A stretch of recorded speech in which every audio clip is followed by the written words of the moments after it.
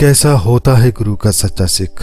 क्या है उसकी निशानियां या कौन गुरु के सम्मुख रहता है? आइए इन सवालों के जवाब हम आनंद साहब की 21वीं पौड़ी में से जानते हैं, जिसकी पहली पंक्ति में गुरु साहब फरमाते हैं कि जे को सिख गुरु से ती सन्मुख होवे, अर्थात यदि कोई सिख गुरु के सन्मुख होना चाहे। संगत जी, सेते का भाव है साथ और सन्मुख का अर्थ है सामने या इससे मिलता जुलता शब्द है सम्मुख। जैसे हम कहते हैं कि बड़ों के सम्मुख हमें ऊंची आवाज में बात नहीं करनी चाहिए, तो सम्मुख या सन्मुख सत्कार से भरा शब्द है, परंतु इस पंक्ति में बात है गुरु की, गुरु के सन्मुख होने की। तो हम गुरु के सन्मुख कैसे हो सकते हैं? क्या गुरुद्वारा साहब चले जाने से, गुरु साहब के सामने खड़े हो जाने से, उनके सामने बैठ जाने से हम गुरु साहब के सन्मुख हो सकते हैं? क्या यही है सन्मुख होना? क्या यही है सम्मुख होना? क्या गुरु के सामने सामने रहने से हम गुरु के सच्चे सिख कहला पाएंगे? तो इस सवाल को समझने के लिए हमें अगली पंक्ति का सहारा लेना पड़ेगा, जिसमें गुरु साहब फरमाते हैं कि होवे ता सन्मुख सिख कोई जियो रहे गुरु नाले। तो सवाल था कि कैसे गुरु के सम्मुख हो, कैसे हम गुरु के सन्मुख रहें, कैसे गुरु का प्रेम ले। तो गुरु साहब हमें इसका जवाब देते हुए फरमाते हैं कि गुरु के सामने जाकर केवल हाथ जोड़कर खड़े हो जाने से गुरु का प्रेम नहीं मिलता, ऐसे कोई सच्चा सिख नहीं बनता। तो कैसे बनता है? हो वह त सन्मुख। असल में तभी कोई सिख सन्मुख कहा जा सकता है जब वह मन से गुरु के साथ रहे। ऐसा नहीं कि गुरुद्वारा साहब में गए, गुरु ने जो बोला उसे सुना, वाहिगुरु कहा और चल दिए, परंतु जो सुना है उसे मन में नहीं बसाया, उसे जिया नहीं, तो उसे सन्मुख नहीं कहा जा सकता। जैसे कि एक उदाहरण लेते हैं, जिसमें गुरु साहब ने फरमाया कि बोलिए सच धर्म झूठ ना बोलिए, ऐ मेरे प्यारे सदैव सत्य बोल, कभी भी झूठ मत बोल। तो यह शिक्षा जो गुरबानी ने दी, यदि बाहर जाकर इसे भुलाकर कोई सिख झूठ बोलता है, गुरु की शिक्षा की परवाह नहीं करता, तो उसे सच्चा सिख नहीं कहा जा सकता। वह सिख फिर चाहे कितना भी गुरु के सामने जाकर या नजदीक होकर खड़ा रहे, कितना भी लोगों में अच्छा सिख कहलाए, कितना भी पाठ पूजा करे, वह गुरु का सच्चा सिख नहीं हो सकता, क्योंकि वह गुरु के नजदीक नहीं है। वह तो पास होकर भी बहुत दूर है। शरीर पास है पर मन बहुत दूर है, मन से दूर है। मन में तो गुरु की शिक्षा नहीं, मन में तो और ही विचार चलते हैं, मन तो कहीं दूर भटक रहा है। तो गुरु साहब ने फरमाया कि नजदीक, सम्मुख, सामने या गुरु के पास उसी सिख को कहा जा सकता है जो मन से गुरु के साथ जुड़ा है, मन से गुरु की बात को माने, मन में गुरु की शिक्षा को धारण करे। हो वह ता सन्मुख सिख कोई सिख तभी सम्मुख होता है जब वह मन से, जी से गुरु से जुड़ा रहे। ऐसा मन ही, ऐसा सिख ही सच्चा सिख है, गुरु का प्यारा है। इसके अलावा और क्या निशानी है, इसके बारे में गुरु साहब आगे फरमाते हैं कि गुरु के चरण हृदय त्याए अंतर आत्मा संभाले।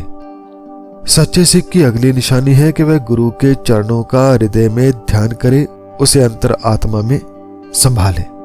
संगत जी, हम श्री गुरु ग्रंथ साहब जी के चरणों को कैसे ढूंढे, कैसे उनका ध्यान करें? तो चरण संगत जी कोई बाहरी चरण नहीं है। हमारे लिए गुरु के चरण या गुरु का हाथ केवल और केवल उनकी वाणी है, और इस वाणी में जो उपदेश है उनके ऊपर चलना है, गुरु के नक्शे कदम पर चलना है। उनकी वाणी का हमारे मन में आ जाना है, गुरु साहब का हमारे सर पर हाथ है। तो इस पंक्ति में गुरु साहब ने फरमाया कि गुरु के सन्मुख केवल उसे ही कहा जा सकता है जो गुरु की शिक्षा को, गुरु के चरणों को छोड़ता नहीं है, जो सदा गुरु के चरणों से जुड़ा रहता है, जो कभी गुरु की शिक्षा से, गुरु के हुक्म से बाहर नहीं जाता। जैसे हमने गुरु अंगद साहब के जीवन को पढ़ा है, वह कैसे गुरु के चरणों से जुड़े रहे।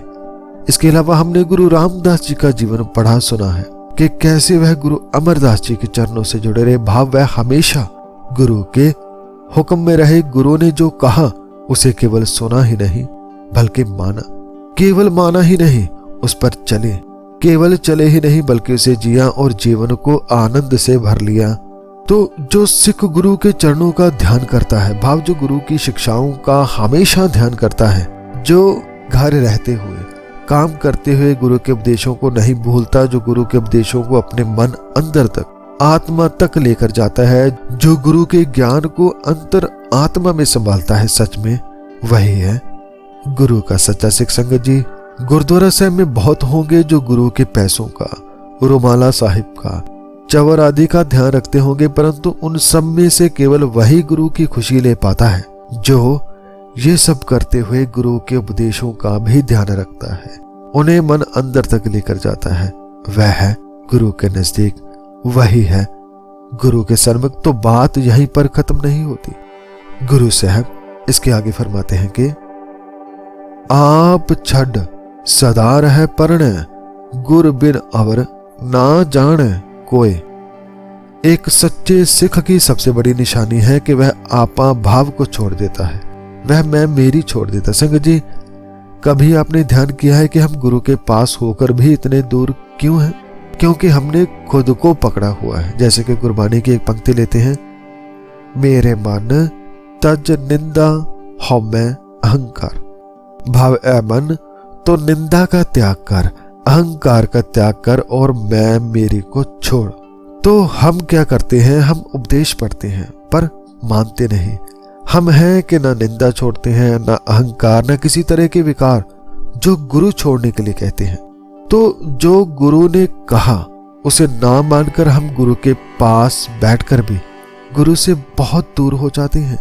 जो दूर हो जाते हैं उन्हें वे मुख कहते हैं, मनमुख कहते हैं, और जो पास होते हैं, जो गुरु की बात को सुनते हैं, वह गुरु के सन्मुख हो जाते हैं, वह गुरु के पास हो जाते हैं। तो गुरु साहब ने फरमाया कि जो खुद को छोड़ते हैं, जो अपने विचारों को छोड़कर, अपने ज्ञान को छोड़कर, जो लोभ मोह क्रोध निंदा बेईमानी आदि को छोड़कर गुरु की शिक्षा को अपनाते हैं, जो केवल और केवल गुरु को फॉलो करते हैं, जो गुरु के आश्रय पढ़ने पर रहते हैं, जो गुरु के बिना किसी और को नहीं जानते, वह गुरु के नजदीक हो जाते हैं, वही सच्चे सिख कहलाते हैं।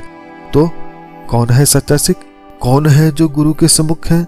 वह जो स्वयं भाव छोड़ के सदा गुरु के आश्रय रहे, जो गुरु के बिना किसी और को अपने आत्मिक जीवन का साथी ना समझे, वही है सच्चा सिख, वही है असल में गुरु के सन्मुख रहने वाला सिख। इसके बाद इस पौड़ी के अंत में गुरु साहब फरमाते हैं कि कह नानक सुनो संतो सो सिख सन्मुख होए।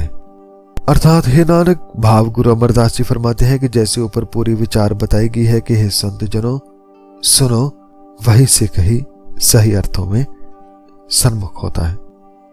कहने का भाव जो गुरु की बात को मन करके मानता है, जो गुरु की शिक्षाओं को अंतर आत्मा में संभालता है, जो गुरु की शिक्षाओं पर चलकर स्वयं भाव को खत्म करके जीता है, जो गुरु को सबसे ऊपर जानता है, वही है असल में गुरु के सन्मुख रहने वाला सच्चा सिख, वही है गुरु के सम्मुख रहने वाला गुरमुख। तो संगत जी, ये थी आनंद साहब की 21वीं पौड़ी की संक्षेप विचार, जिसमें जाना कि सच्चा सिख या गुरु के सम्मुख रहने वाला कौन सा इंसान होता है।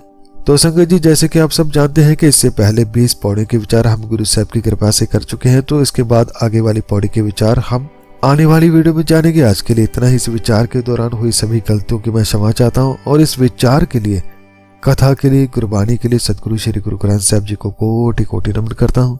इस विचार को सुनने के लिए आप सब संगत का भी बहुत बहुत धन्यवाद। वाहिगुरु जी का खालसा, वाहिगुरु जी की फतेह।